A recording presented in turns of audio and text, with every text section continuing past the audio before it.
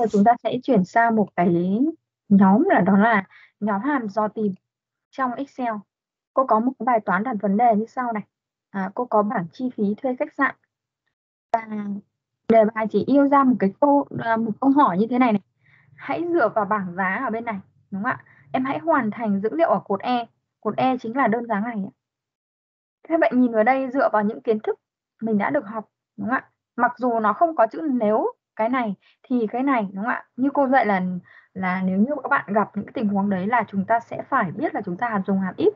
Nhưng mà trong tình huống này nếu như chúng ta không thấy có cái chữ nếu ở đâu cả, đúng không ạ?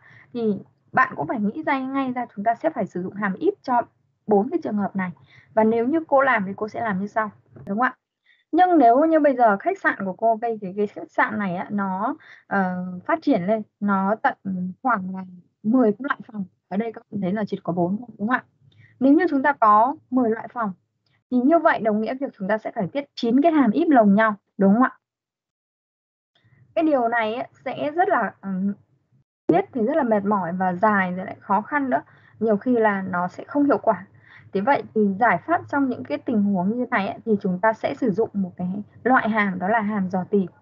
Và cụ thể chúng ta sẽ học hai cái loại hàm dò tìm.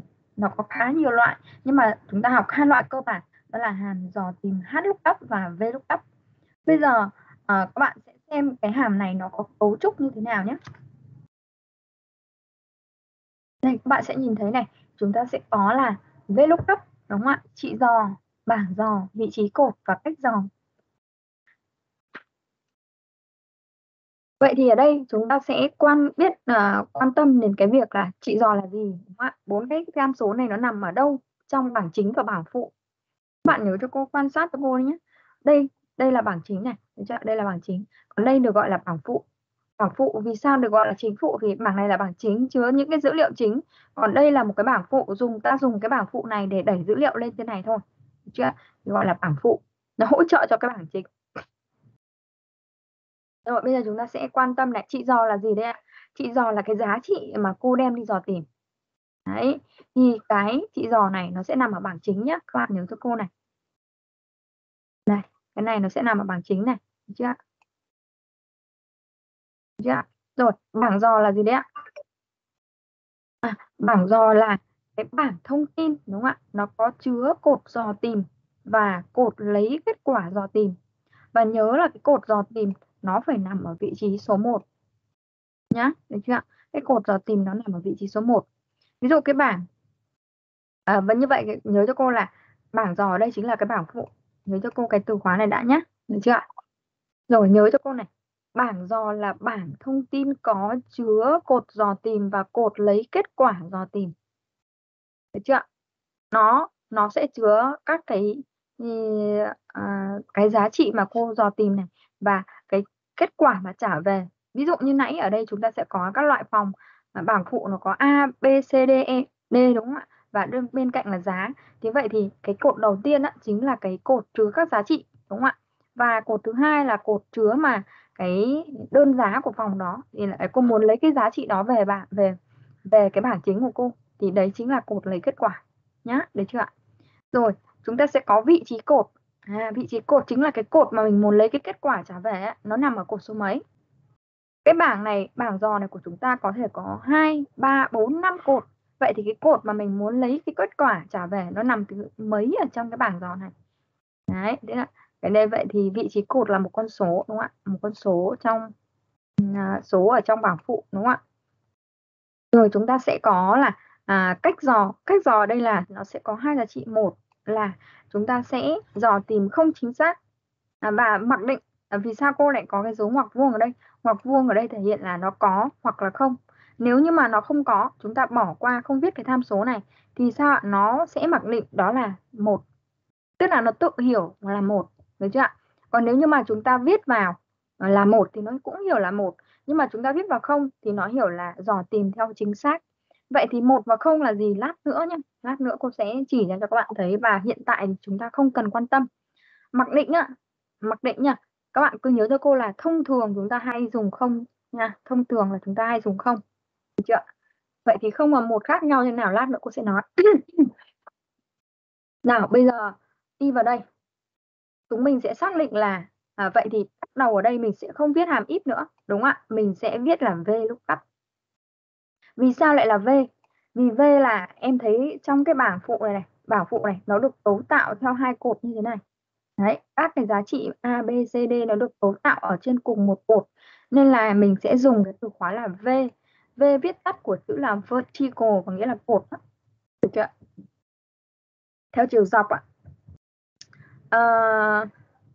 Vậy thì chúng ta sẽ viết bằng này, VLOOKUP, đúng không ạ? Rồi xác định trị dò, đây là giá trị mà cô đem đi dò tìm. Thế vậy thì bây giờ đúng không ạ? Vậy đơn giá ngày của cái anh Sơn này mà anh đang thuê loại phòng là A. Vậy thì cái giá trị mà cô đem đi dò tìm ở đây chính là A. Đúng không ạ? Vậy và cụ thể ở đây nó chính là OC C4. Được chưa? OC4. Đấy, OC4 này. Được chưa nào? Chính là cái ô này. Đấy, sau đó mình sẽ ra được cái bảng dò. Bảng dò là nãy cô dạy là nó là bảng thông tin chứa cột mà mình đi dò tìm. Cái cột đó nó phải nằm ở vị trí số 1 nhé các bạn nhé. Được chưa? Và cái cột mà mình muốn lấy giá trị trả về thì chính là cột đơn giá. Vậy thì mình sẽ bôi từ đây cho đến đây. Và kết quả của cô sẽ được bảng dò ở đây là H8I11. Và nhớ cho cô rằng, các bạn nhớ cho cô chỗ này nhé, chúng ta phải luôn dùng F4 để cố định. Chỗ này cô chưa viết thôi nhưng mà các bạn phải nhớ là chúng ta phải cố định nó. Vì sao phải cố định? Tại vì lát nữa các bạn kéo công thức xuống ạ, công thức này là tương đối, chắc chắn nó sẽ bị nhảy, đúng không ạ? Khi đó bị nhảy thì các bạn sẽ phải cố định.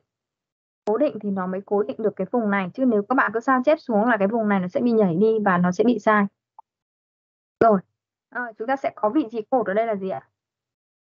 Cái cột mà cô muốn lấy kết quả trả về nó nằm thứ mấy trong bảng phụ. Đây này, nó nằm thứ mấy trong cái bảng mà mình vừa chọn. Đây này, các bạn thấy là cái này nằm vị trí số 1, đúng không ạ? Và cái đơn giá nó nằm ở vị trí số 2. Vậy thì cái giá trị mà cô sẽ muốn lấy về ở đây chính là 2 nhé. Được chưa ạ? Đấy, cô lấy về sẽ là 2 và cô viết 2 vào đây. Còn cách dò ở đây sẽ là dò tìm chính xác hoặc là không chính xác, đúng không ạ? Vậy thì nhớ cho cô là hiện tại cô vẫn dùng không trước nha. Các bạn cứ quen dùng không trước đi ạ.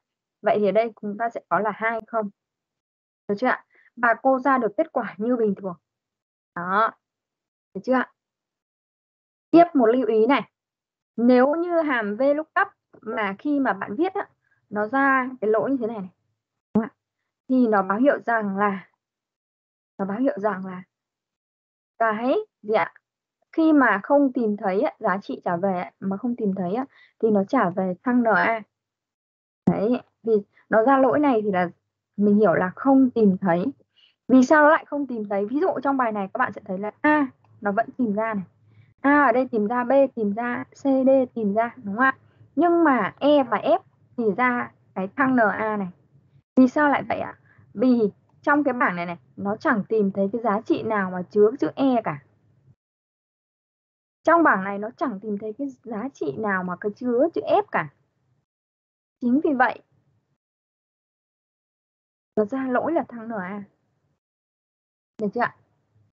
Vì mình đang dò tìm theo cách số 0 là dò tìm chính xác.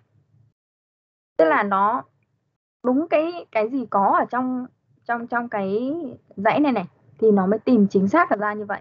Còn không là nó sẽ báo là không tìm thấy. Đấy, được chưa ạ? Nhưng mà anh dò tìm không chính xác thì nó lại khác một chút nhá. Nó lại khác một chút thì lát nữa đây này các bạn sẽ nhìn này. Nếu cô sẽ nói luôn là dò tìm không chính xác luôn này. Nếu như cô dò tìm theo một cũng công thức y chang như vậy. Nhưng nếu ở đây của cô có E này nhá, có E này, có F này. Được chưa? Nếu như mà cô dò tìm theo cách này thì các bạn nhớ cho cô này. Nó sẽ lấy về, nó không trả về giá trị thăng NA nữa. Mà nó sẽ lấy về cái giá trị nào gần nhất chứa nó. Đúng không ạ? Nó sẽ lấy về cái giá trị gần nhất chứa nó. Ví dụ ở đây nhá, nếu như cô dò tìm theo một này. Vậy thì các bạn sẽ thấy E ở đây là gì ạ? E ở đây đang là bao nhiêu ạ? E ở đây là nãy là không có đúng không? Nhưng bây giờ nó lại là 9.000. Vậy từ đâu ra mà nó lấy được 9.000? Thì các bạn thấy là rằng là A, B, C, D thì đây nó hiểu là E. Thì thông thường nó sẽ đến E đúng không ạ? Đấy. Thì ở đây E nhưng mà nó chẳng có cái giá trị gì ở đây hết cả. Thì nó sẽ lấy giá trị nào gần nhất Đúng không ạ? Gần nhất nó, gần nhỏ nhất thì ở đây cái D là gần nhỏ nhất thì nó sẽ ra ở đây là 9.000. Đấy, nó tự động lấy cái giá trị 9.000. Nên người ta nói được gọi rằng đây là dò tìm không chính xác. Dò tìm không chính xác theo kiểu là dò tìm tương đối á. Lấy một cái giá trị nào đó của anh trên để bù vào cái anh này. Đấy, được chưa? Rồi tiếp tục chúng ta sẽ có F. F ở đây cũng không có, đúng không? F ở đây cũng chẳng có. Nhưng mà nó lại thấy có một cái giá trị D là gần F nhất. Thì nó lại lấy là 9.000. Nó sẽ lấy về cái giá trị này. Thì đấy là cái kiểu cách dò là theo dò tìm không chính xác. Đấy, các bạn hình dung không ạ? Đây, các bạn sẽ nhìn này. Nếu như mà cô dò tìm theo không chính xác, các bạn hãy dự đoán kết quả trong cái bảng này cho cô này. Nhá, được chưa ạ? Nào, ví dụ ở đây chúng ta sẽ có A thì nó sẽ dò tìm, hiện tại là cô đang dò tìm theo không chính xác nhá. Nào, nếu như là A thì nó sẽ dò ra là 15.000, đúng không? 15. Rồi, A đây cũng là 15.000, được chưa ạ? Rồi, nhưng mà đến E, đố các bạn biết E nó sẽ dò ra bao nhiêu? 10.000. Rồi, E nó có trong bảng không? Có, vậy là ra 10.000, đúng không ạ? B nó ra bao nhiêu này? B nó có trong bảng phụ không ạ? Không cô. Không có đúng không? Vậy thì nó lấy cái giá mà gần nó nhất thì nó ra bao nhiêu? Gần 15. trên, đúng rồi, nó ra 15. Được chưa ạ? Đấy. Lát nữa cô viết ở đây mình xem thử xem nó có đúng không nhá. Rồi C thì nó ra bao nhiêu đây ạ? 12. 12. Đúng rồi. F ra bao nhiêu ạ? F là 10. Đúng rồi, F là 10. Vì sao ạ? F là gần với E nhất. Được chưa ạ? F là gần E nhất. Ra 10.000. B là ra bao nhiêu đây? B là 10. 15. Đúng rồi, B 15. H là bao nhiêu đây ạ? H là 9. H là 9. Đấy, được chưa ạ? Vì H là gần nhất. Vì sao cô lại viết cái hàm này ra? Bạn thấy nhiều khi chỗ này nó hơi chẳng có loại phòng, tự nhiên ai người ta lại đi viết loại phòng vào đây, đúng không ạ? Nhưng mà trong tình huống lát nữa chính là cái bài mà trung bình, điểm trung bình khá giỏi á, chúng ta lại áp dụng bài này, đúng không ạ? Các bạn áp dụng cái này thì bạn có hàng nghìn thí sinh, bạn chỉ cùng một hàm VLOOKUP này thôi, nó cũng ra trung bình khá giỏi, các thứ ra đầy đủ cho các bạn nhá, được chưa nào? Thì đấy là cái cách làm. Đây là chúng ta sẽ test thử xem nó có phải đúng như vậy không nhá. Này, 15 này, 10 này, đúng không ạ? 10.000 này, 15 này, 9 này, chính xác. Được chưa ạ? Như vậy là mình hình dung là không là dò tìm chính xác, đúng không ạ? Chính xác là gì ạ? Chính xác thì là cứ có giá trị ở trong bảng ấy nó mới lấy ra, còn nếu như mà không có thì làm sao nó ra cái lỗi là thăng NA. Thế nhưng mà nếu như mà có, nếu như dò tìm theo một là dò tìm không chính xác, có nghĩa là tương đối, thì nó sẽ lấy làm sao? Lấy cái gần nó nhất. Và các bạn chú ý dùm cô nhé. Nếu như mà đã dò tìm theo một thì nhớ rằng những cái giá trị ở đây này bạn phải sắp xếp theo vần. Đấy, bạn sẽ phải viết là A là 15.000, C là 12, chứ không được đảo lộn viết lên đây C 12 xong lại đến A 15 thì nó sẽ báo lỗi nhá, nó không dò tìm ra được đâu. Nhớ là nếu như dò tìm theo một thì cái cột này này, cái giá trị này này, nó phải sắp xếp theo thứ tự làm sao ạ? Tăng dần. Tương tự như vậy, nếu như này, cái bảng phụ của mình á, nãy chúng ta thấy nó nằm đứng đúng không ạ? Nhưng mà bây giờ nó nằm ngang. Bạn thấy không? Nó nằm ngang. Khi này nó nằm ngang thì sao ạ? Bạn sẽ không dùng V nữa, và bạn sẽ dùng là H. Nó mới ra nhá. Được chưa ạ? Bây giờ cô sẽ dùng H thử này.